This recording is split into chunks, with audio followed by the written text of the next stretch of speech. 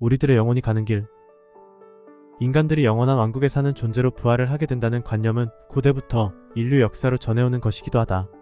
태초부터 인간들은 인생과 사후의 삶이 온전한 일체로서 전능한 힘에 의해 다루어져 왔다는 것을 믿어왔다.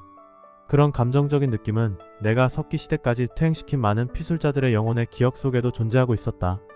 그랬던 고대부터 시간이 흐른 현대에 와서는 영혼의 세계가 따로 있는 게 아니라 의식의 다른 상태라는 생각을 하게 되었다.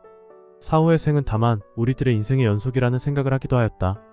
하지만 내가 믿기에 세계는 철학자 스피노자가 아름답게 표현했던 사실로 되돌아오고 있는 것 같다. 모든 우주는 우리들도 한 부분을 이루는 단일한 존재다. 신은 밖에서 지배하는 존재가 아니라 이미 존재하는 그 모든 것이다. 아틀란티스나 샹그릴라 같은 전설은 인간들이 한때 누렸다가 잃어버린 유토피아를 다시 찾으려는 영원한 바람 때문이라고 생각한다. 내가 다루었던 모든 피술자들은 초의식 상태에 이르면 모두 유토피아적인 고향의 기억을 지니고 있었다. 애초에 유토피아의 관념은 어떤 관념을 나타내는 것이었고 사회를 말하는 것이 아니었다. 피술자들의 영혼은 영혼의 세계를 이념의 공동체로 본다. 그런 견해로 볼 때 사후의 삶은 생각을 스스로 정화하는 곳이기도 하다. 내가 보아온 사례들에 의하면 지구로 환생하는 영혼들은 아직도 완벽하지 않은 단계에 속하는 영혼들이기도 하다. 그럼에도 불구하고 우리들이 영계로 가면 유토피아로 가는 것으로 생각할 수 있다. 그곳에는 영혼들의 우주적인 조화가 있을 수 있기 때문이다. 정의와 정직, 해악과 사랑이 영혼 생활의 토대이기 때문이다. 이 책에 쓰여진 모든 정보를 읽은 후 우리들이 꿈꾸던 이상향이 우리들 속에 있지만 안내자에 의해 의식적인 기억에서 지워져 버린 것을 알게 되는 것은 안타까운 일이기도 하다.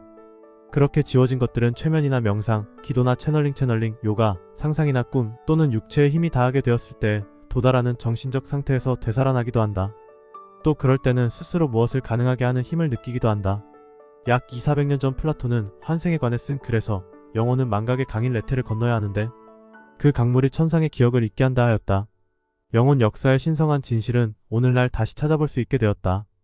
우리들이 의식적인 마음을 앞질러 망각의 강물에 젖지 않은 무의식에 도달하는 방법을 알게 되었기 때문이다. 더 높은 우리들의 자아는 시공을 초월한 곳에서 우리들에게 속삭이고 지난날의 승리나 죄를 선택하여 기억한다.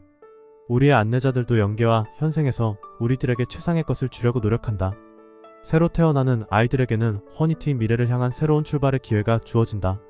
스승들은 우리의 영혼에게 업을 다스리는 기회를 주되 전생에 겪었던 유혹이나 함정에 빠지지 않도록 도와주려 한다. 우리들이 자아를 찾는 길로 들어설 때 그들은 망각의 선택에 있어 관대하다. 이 길은 우리들의 예지에 이르는 최상의 도정이기도 하다. 왜 우리들의 망각 폐쇄가 느슨해져서 영계를 연구할 수 있게 되었는가 하는 의문이 자주 떠오른다. 나는 그런 문제에 관해 많이 생각하게 된다. 21세기에 이르는 오늘날 젊은 퇴행치료사들은 우리 세대가 할 수 있었던 것보다 훨씬 친척된 연구로 영계에 대한 것을 좀 더 많이 알아낼 수 있기를 바라기 때문이다. 나는 우리가 영혼의 세계에 관한 것을 좀 더 많이 발견하게 된 능력을 어떻게 갖게 되었는지 느낀다. 그것은 20세기에 살았던 자연적인 결과인 것이다. 최면술의 혁신적인 발전이 있어야 한다는 점도 고려하여야 할 것이다. 하지만 지난 30년 동안 우리들의 망각이 왜 좀 느슨해졌는지에 대해서는 어쩔 수 없는 이유가 있었다.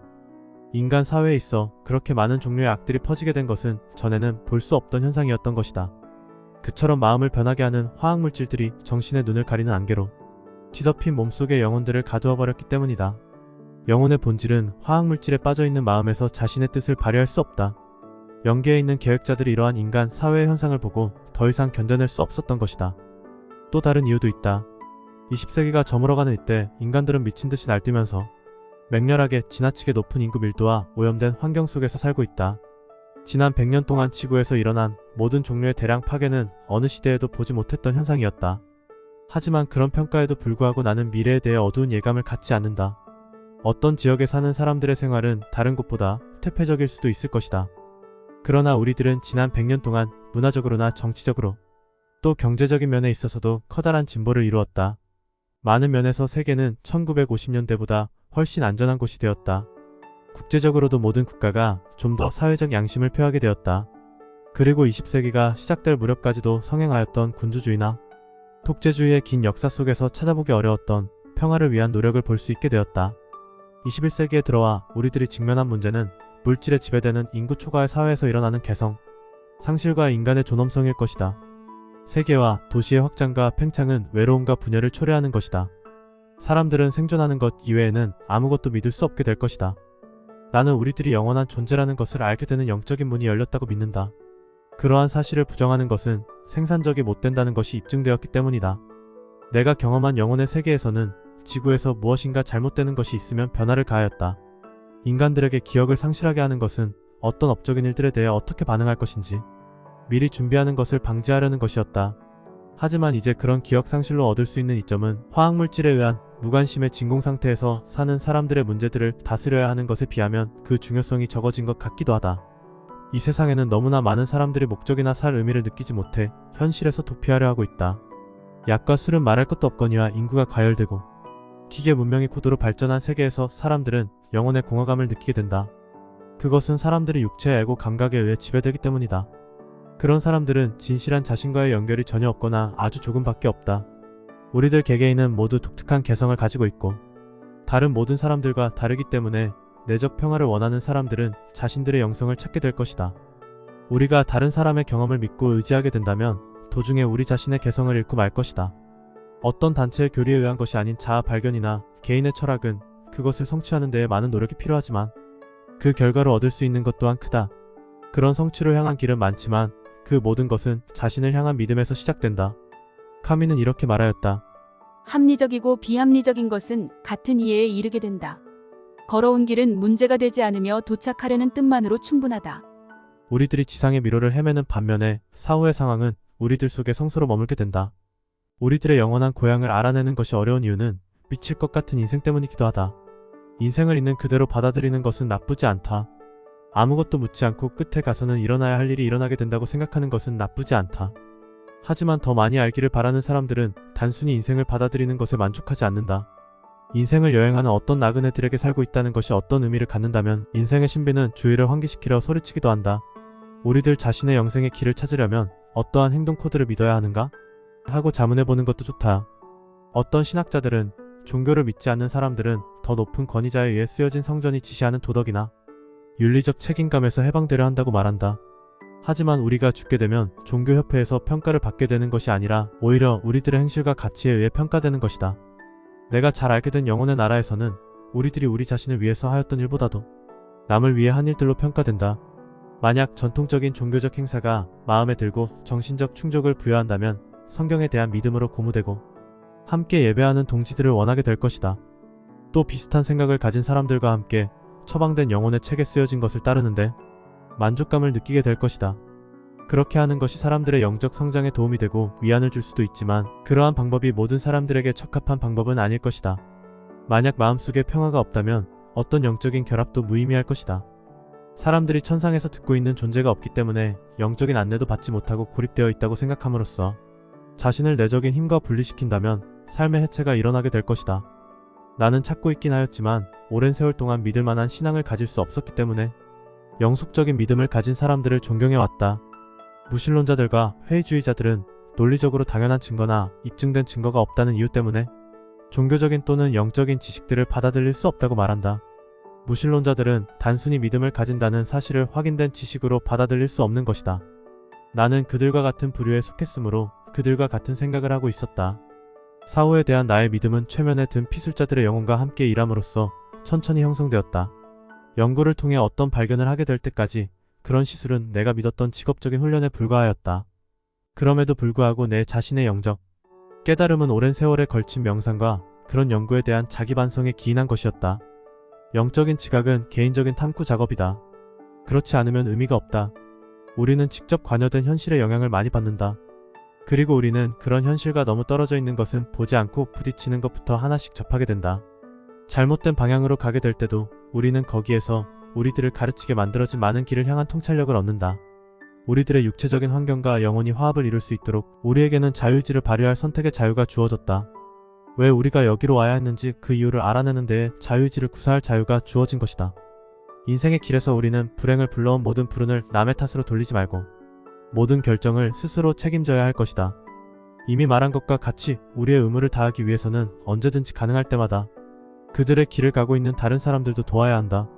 다른 사람들을 도움으로써 우리들은 자신들을 돕게 되는 것이다. 다른 사람들을 돕는 일이 금지되는 것은 우리가 우리 자신의 개성을 지나치게 초장한 나머지 자기밖에 모르게 될 때다. 하지만 자신의 집에서 집주인이 없어진다는 것은 인간으로서도 구실을 다하지 못하게 된다는 것이다. 우리의 육체는 우연히 주어진 것이 아니다. 그것은 영혼의 스승들이 우리들을 위해 선택한 것이다. 또 우리는 선택의 여지가 있었던 다른 육체들과 함께 미리 본 뒤에 지금 갖게 된 육체를 선택할 것에 동의했던 것이다. 그와 같이 우리는 상황의 희생자가 아니다. 인생에 있어서 활발한 참가자가 되고 방관자가 되지 말라고 그 몸을 부여받은 것이다. 우리는 그런 인생의 성스러운 계약을 했다는 것을 잊지 말아야 한다. 그리고 우리가 지구에서 맡은 역할이 우리 자신보다 훌륭한 것임을 알아야 할 것이다. 우리들 영혼의 에너지는 현재의 발전 상황에서는 알 수 없는 더 높은 실력자에 의해 만들어졌다. 그러므로 우리들은 한 인간으로서 우리 자신들이 어떤 인간인지 구명하는 데 초점을 맞추어야 하고 우리들 속에 있는 신성의 조각을 찾아내어야 한다. 개개인의 통찰력을 제한하는 유일한 장애는 자아 기만이다. 만약 다른 사람들의 영적인 길이 당신과 아무런 관련이 없다 해도 당신에게 필요한 것을 위해 설계된 것이 없다는 것을 의미하는 것은 아니다. 우리들의 존재 이유, 우리가 누구인가 하는 것이 인생에 있어 참다운 진리인 것이다. 어떤 사람이 어떤 곳에서 진리가 명시되는 것을 느꼈다 하더라도 그곳이 다른 사람을 위해 똑같이 그 같은 일을 하는 곳은 아닌 것이다. 기본적으로 우리들은 영혼과 함께 있게 된다. 하지만 혼자 있는 것이 외롭다고 생각하는 사람들은 그들 자신을 아직도 찾지 못하고 있는 사람들이다. 스스로 영혼을 찾게 되는 것은 자아 소유와 관련된다. 개별적인 본질을 거머쥐는 것은 사랑에 빠지는 것과도 같다. 그것은 당신 속에서 잠자고 있던 것이 당신 생애의 어느 지점에서 자극에 의해 깨어나는 것과 같다. 영혼은 처음 당신 곁을 가볍게 장난을 치며 날아다닌 것 같을 것이다. 멀리서만 볼 수 있는 기쁨을 보여주면서 더 멀리 갈 것을 유혹할 것이다. 자아 발견에 있어 처음으로 느끼게 되는 이끌림은 무의식의 마음이 놀이 같은 접촉으로 의식의 마음에 깃들이는 것으로 시작된다. 우리들의 내적 자아를 확실히 거머쥐려는 열망이 강해질수록 우리들은 더욱 친밀한 관계를 이루게 된다. 우리들의 영혼을 안다는 것은 진화와의 성실한 결혼을 의미하기도 한다. 자아 발견의 놀라운 면은 당신이 당신 내부의 목소리를 들으면 당장에 그것을 알아차린다는 것이다. 내 경험을 통해 나는 이 세상에 있는 모든 사람들이 개인적 영혼의 안내자를 갖고 있다는 것을 알게 되었다. 그런 영혼의 안내자들은 우리들에게 수용력이 있으면 내면의 마음으로 말을 하게 된다. 어떤 안내자는 좀 더 쉽게 연락을 취할 수 있지만 그렇지 않은 안내자들도 있다. 그러나 우리들 개개인은 우리들의 안내자들을 불러서 그들이 하는 말을 들을 수 있는 능력을 지니고 있다. 인생에 있어서 우연히 일어나는 일이라고는 없다. 하지만 사람들은 스스로 함부로 다가오는 일들이라고 생각하는 것들에 의해 혼돈을 일으키고 있다. 그리하여 그런 인생 철학들이 영혼의 질서에서 오는 생각에 반하여 작용하는 것이다. 우리는 자신들의 삶을 어쩔 수도 없고 우리가 하는 일은 소용이 없기 때문에 자신들을 찾으려는 노력은 의미가 없다는 생각은 그 다음 일을 쉽게 해주기도 할 것이다. 사건들이 아무렇게나 일어난다고 생각하는 것은 어떤 사건에 대한 우리들의 반응에 부정적인 영향을 미친다. 그리고 그러한 일들을 설명하려는 생각을 기피하게 만든다. 인생을 향한 숙명적인 견해로 신의 뜻이라던가 내 업의 소치라는 말들을 하게 되면 나태함과 목적을 잃어버린 상태를 초래하게 된다. 인생에 있어서 뜻 있는 일들은 작은 것이나 큰 것이나 모두 한꺼번에 온다. 자아의식은 우리들이 본래의 목적지라고 생각하였던 곳 저 너머로 데리고 간다. 카르마카머는 배움을 촉진시키는 우리들의 길에 있는 조건을 활성화시키는 것이다. 원천이 이 모든 필요한 것을 처리하고 있다는 생각은 과장이 아니다. 정신적 형식 존중주의자들은 죽은 후에 창조주와 다시 통합되기를 기다린다. 반면에 본질주의자들은 매일 자신의 창조조의 한 부분인 것을 느낀다. 영적 통찰은 조용하고 내성적이고 민감한 순간, 즉 하나의 생각의 힘에 의해 명백해진 그런 때에 우리들에게 오는 것이다. 인생은 약속의 이행을 위해 항상 변하는 것이다. 세계 속에 오늘 우리가 있는 곳은 내일이면 달라질지도 모른다. 우리들은 인생에서 그렇게 다르게 예측되는 것들에 적응하는 법을 배워야 한다. 왜냐하면 그런 변화 역시 우리들을 발전시키는 계획의 한 부분이기 때문이다.